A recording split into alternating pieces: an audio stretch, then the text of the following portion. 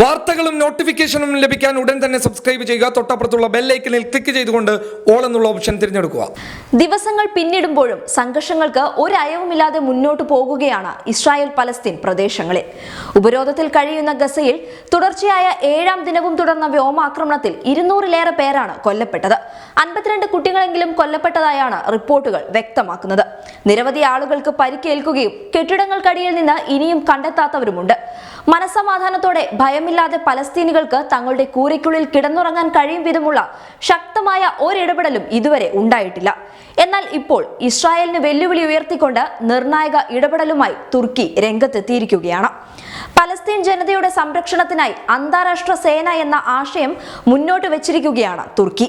ഇസ്ലാമിക രാജ്യങ്ങളുടെ കൂട്ടായ്മയായ ഓർഗനൈസേഷൻ ഓഫ് ഇസ്ലാമിക് കോർപ്പറേഷന്റെ അടിയന്തര യോഗത്തിലാണ് തുർക്കി ഈ ആശയം മുന്നോട്ട് വെച്ചത്.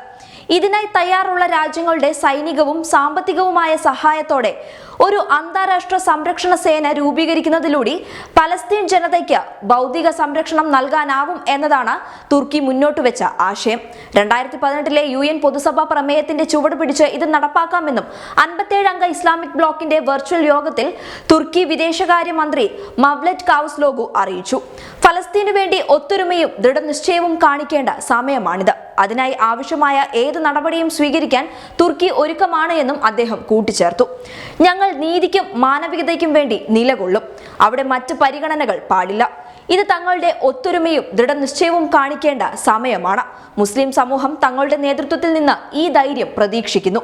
ആവശ്യമായ ഏത് നടപടിയും സ്വീകരിക്കാൻ തുർക്കി ഒരുക്കമാണ് എന്നതാണ് കാവുസ്ലോഗുവിന്റെ വാക്കുകൾ. യുദ്ധക്കുറ്റങ്ങൾക്ക് ഇസ്രായേലിന് ഉത്തരവാദിത്തം ഉണ്ടാകണമെന്നും അന്താരാഷ്ട്ര ക്രിമിനൽ കോടതിക്ക് ഇക്കാര്യത്തിൽ നിർണായക പങ്കുവഹിക്കാനുണ്ട് എന്നും അദ്ദേഹം OICC യോഗത്തിൽ അറിയിച്ചു. പലസ്തീനികൾക്ക് നേരെ ഇസ്രായേൽ നടത്തുന്ന ആക്രമണം നിർത്തണമെന്നാവശ്യപ്പെട്ട് ലോകത്തിന്റെ വിവിധ ഭാഗങ്ങളിൽ പ്രതിഷേധം ശക്തമാണ്. പലസ്തീനികൾക്കെതിരായ കൂട്ടക്കൊലയിൽ തങ്ങൾ പങ്കാളികളാവില്ല എന്ന ഉറച്ച പ്രഖ്യാപനവുമായി ഇറ്റാലിയൻ തുറമുഖത്തിലെ തൊഴിലാളികൾ രംഗത്തെത്തിയിരുന്നു. ഇസ്രായേലിലേക്കുള്ള ആയുധങ്ങൾ കയറ്റാൻ തങ്ങൾ തയ്യാറാവില്ല എന്ന ഇറ്റലിയിലെ ലിവാർനോ തുറമുഖത്തിലെ ചുമട്ട് തൊഴിലാളി യൂണിയൻ കഴിഞ്ഞ ദിവസം അറിയിച്ചിരുന്നു. ആക്രമണം അവസാനിപ്പിക്കണമെന്ന് ലോകരാഷ്ട്രങ്ങളും ഇസ്രായേലിലെ തന്നെ വിവിധ ഗ്രൂപ്പുകളും ആവശ്യപ്പെട്ടുവെങ്കിലും പിന്മാറാൻ തയ്യാറല്ല എന്നാണ് നെതന്യാഹു സർക്കാരിന്റെ നിലപാട്. ഇസ്രായേലിന്റെ നടപടിയിൽ പ്രതിഷേധവുമായി വിവിധ രാജ്യങ്ങളിൽ പ്രതിഷേധ സമരങ്ങൾ നടക്കുന്നുണ്ട്. Doha, London, Madrid, Paris, Berlin തുടങ്ങി നിരവധി ഇടങ്ങളിൽ പലസ്തീന് പിന്തുണ നൽകി മാർച്ച് നടത്തിയിരുന്നു. ഇറാഖിൽ വിവിധ നഗരങ്ങളിൽ നിന്നുള്ള 100 കണക്കിന് ആളുകൾ പലസ്തീന് ഐക്യദാർഢ്യവുമായി രംഗത്തെത്തി.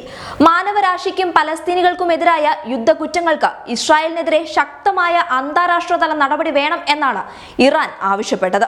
വർണ്ണവിവേചനം തുടരുന്ന ഇസ്രായേൽ പലസ്തീനെ ആക്രമിക്കുന്നത് തടയാൻ ഐക്യരാഷ്ട്രസഭയോടും മുസ്ലിം രാജ്യങ്ങളോടും ഇറാൻ ആഹ്വാനം ചെയ്യുകയും ചെയ്തു. ഇസ്രായേലിന്റെ മാനവരാശിക്കെതിരായ യുദ്ധക്കുറ്റങ്ങൾ കണ്ടെത്താൻ വസ്തുതാന്വേഷണ കമ്മീഷൻ രൂപീകരിക്കണം. എല്ലാ അംഗരാജ്യങ്ങളും ഇക്കാര്യത്തിൽ ശ്രദ്ധിക്കണം. മനുഷ്യാവകാശ സംവിധാനങ്ങൾ ഉപയോഗിക്കണമെന്നാണ് കൗൺസിൽ UN-നോട് ആവശ്യപ്പെട്ടത്. വിവിധ ലോകരാജ്യങ്ങളിൽ നിന്ന് പലസ്തീന് പിന്തുണയേറുന്ന സാഹചര്യത്തിൽ തുർക്കി മുന്നോട്ട് വെച്ച അന്താരാഷ്ട്ര സേന എന്ന ആശയം ഇസ്രായേലിന് കനത്ത തിരിച്ചടിയും പലസ്തീനികൾക്ക് ആശ്വാസം നൽകുന്നത് തന്നെയാണ്. News desk public Kerala.